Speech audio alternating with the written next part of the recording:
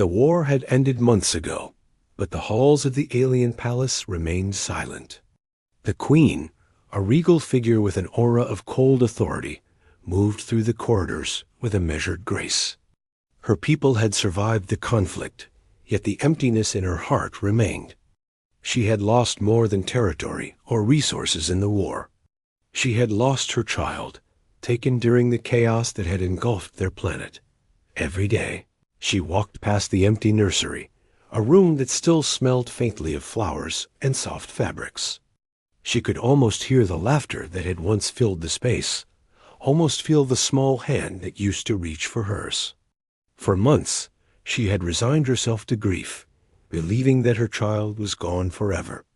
The enemy had been merciless, and the battlefield had left little hope for survivors. Yet hope, as the queen would soon learn, has a way of returning when it is least expected. Far beyond the borders of her homeworld, on a distant human colony, a soldier named Elias tightened the straps on his armor. He had been part of a contingent sent to the front lines, an effort to assist in stabilizing regions affected by the war.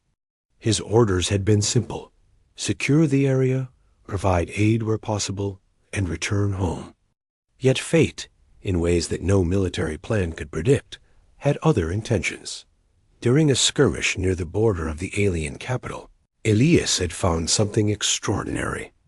Amid the rubble and the remnants of battle, a small child cried. Covered in dust and soot, the boy clutched a worn toy, a symbol of innocence amid devastation. Elias knelt beside him, scanning the surroundings for any threats. The child had no identifying marks or clues to his origin. Only a name whispered in a voice too fragile to hear clearly. Elias's training had taught him to follow orders, to stay focused on mission objectives, yet something compelled him to act differently. He lifted the boy gently, feeling a weight heavier than just physical form. It was responsibility, care, and a profound sense of duty to protect. The war had taken enough from the innocent, he thought, and this child deserved a chance to live beyond the rubble of destruction. Weeks turned into months as Elias navigated the bureaucracy and logistics of returning the boy to his rightful place. He encountered skepticism at every step. The humans he worked with doubted the possibility that this child belonged to an alien queen. They questioned his judgment, his motives, and even his sanity. But Elias remained steadfast. He did not need proof in the beginning. He only needed conviction and determination. The journey back to the alien capital was perilous. Scavengers roamed the space lanes, remnants of rogue factions who had profited from the chaos of war. Starships malfunctioned without warning, and cosmic storms threatened to tear them apart. Yet Elias and the child pressed on. He had learned to move quickly, to trust his instincts, and to protect the boy as though he were his own family. Finally, they arrived at the gates of the alien city. The guards, wary and tense, initially denied them entry. But Elias did not falter. He explained, with patience and clarity, that he carried the child of the queen, a boy thought lost in the chaos of battle. The guards looked at each other, uncertain how to respond, yet the sincerity in Elias's eyes left no room for doubt. After a tense moment, they relayed the message to the palace. Inside the royal chambers, the queen had been reviewing reports of reconstruction efforts when the announcement reached her. She paused, her mind filled with disbelief and guarded hope. A human soldier claimed to have found her child. Her child, alive. For the first time in months, her heart raced with anticipation and fear. Could it be true? Or was this a cruel joke of fate? When Elias and the boy entered the palace, the queen felt a strange mix of emotions. The child looked up with wide eyes, recognizing something in the royal figure that he could not yet name. He reached out instinctively, and the queen knelt, allowing him to climb into her arms. The weight she had imagined for months suddenly became tangible, and the emptiness that had consumed her heart began to fade.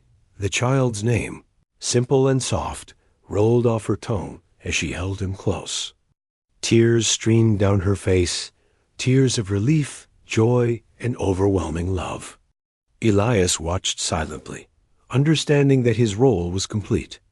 He had fulfilled a duty far greater than any mission order, one that transcended the boundaries of species and loyalty. In the days that followed, the Queen insisted on meeting with Elias formally. In a grand hall that had seen countless ceremonies and declarations, she extended her gratitude. The room, adorned with tapestries depicting the history of her people, seemed to shrink around them, concentrating all attention on the human who had changed the course of her life. "Your courage saved more than a child," she said, her voice steady but filled with emotion. "You returned what we thought was lost forever. Our people will remember this act for generations." Elias bowed respectfully. "It was not courage alone, Your Majesty. It was belief that even in war, there is a place for mercy and protection. This child deserved that chance." The Queen considered his words, realizing that they reflected the very qualities she admired most in her own people. Yet here was a human, one she had only seen in uniform and on the battlefield, demonstrating the same virtues. For her, this was more than gratitude. It was recognition that humanity possessed a strength that could not be measured in weapons or ship stout. As the child settled back into the palace, he began to adjust to life that had seemed lost to him. The Queen watched him closely, noting the small habits and quirks that had survived his ordeal. He smiled freely now, laughed easily, and even began to learn the customs of his people. The bond between mother and child, though disrupted by war, had endured the test of separation. Elias, meanwhile, found himself welcomed in ways he had never expected. The Queen offered him a place as an advisor, a bridge between humans and her people. Though he declined the formal position, he agreed to remain as a consultant, aiding in reconstruction efforts and ensuring that cooperation between their civilizations remained strong. Months passed, and the palace transformed from a place of mourning to one of renewed life. Gardens bloomed in spaces that had once been barren, and halls echoed with laughter once again. The Queen often walked with her child through the corridors, marveling at how much had changed and how much remained constant. She had lost hope once, only to find it renewed through an unexpected ally. During a private ceremony, the Queen formally acknowledged Elias in front of her council. She recounted the events that had led to the child's return, emphasizing the human soldier's unwavering dedication. Her people listened with fascination, slowly understanding that their survival and renewal owed as much to human courage as to their own strategies. Elias accepted the recognition humbly, redirecting praise to the child's resilience and the universal desire to protect the innocent. He spoke of shared values, of alliances forged in the crucible of adversity, and of the hope that every life, no matter how small, has significance. The story of the child's return spread across the planets, becoming a symbol of unity and strength. Songs were sung, records kept, and histories written to commemorate the day when a human soldier defied expectations to restore what was lost. In time, the tale inspired cooperation, trade, and mutual understanding between species who had once seen each other only as potential threats. For the Queen, the personal significance was immeasurable.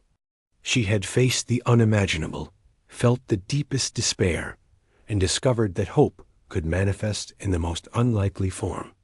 She cherished the child more deeply than words could convey, and she respected the human who had made this reunion possible. The lessons of the war remained, but they were now tempered by the knowledge that courage and compassion often transcend borders, species, and expectations. Years later, when the child had grown into a confident young leader in his own right, he would often ask the Queen to recount the story of his return. She would smile, holding his hand, and tell him of the human soldier who refused to let war dictate the fate of an innocent life.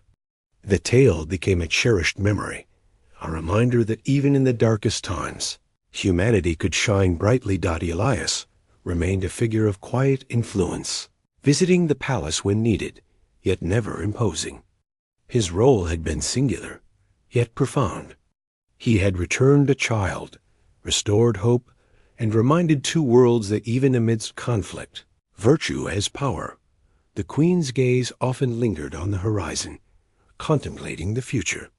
Her people had survived, rebuilt, and learned from the war, but the true miracle had been the unexpected return of her child.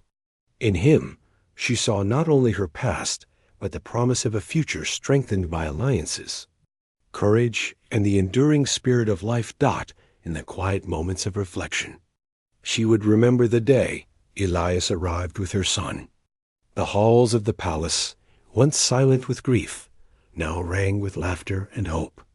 And in that sound, she recognized a truth she would carry forever, that no matter how devastating the war, the human heart had the power to restore what was thought lost, and in doing so, change the destiny of an entire world. And so, the Queen, her child, and the human soldier each played their part in a story that would be remembered for generations. Story not only of survival, but of the profound, unexpected connections that could arise when courage and compassion intersected across the stars.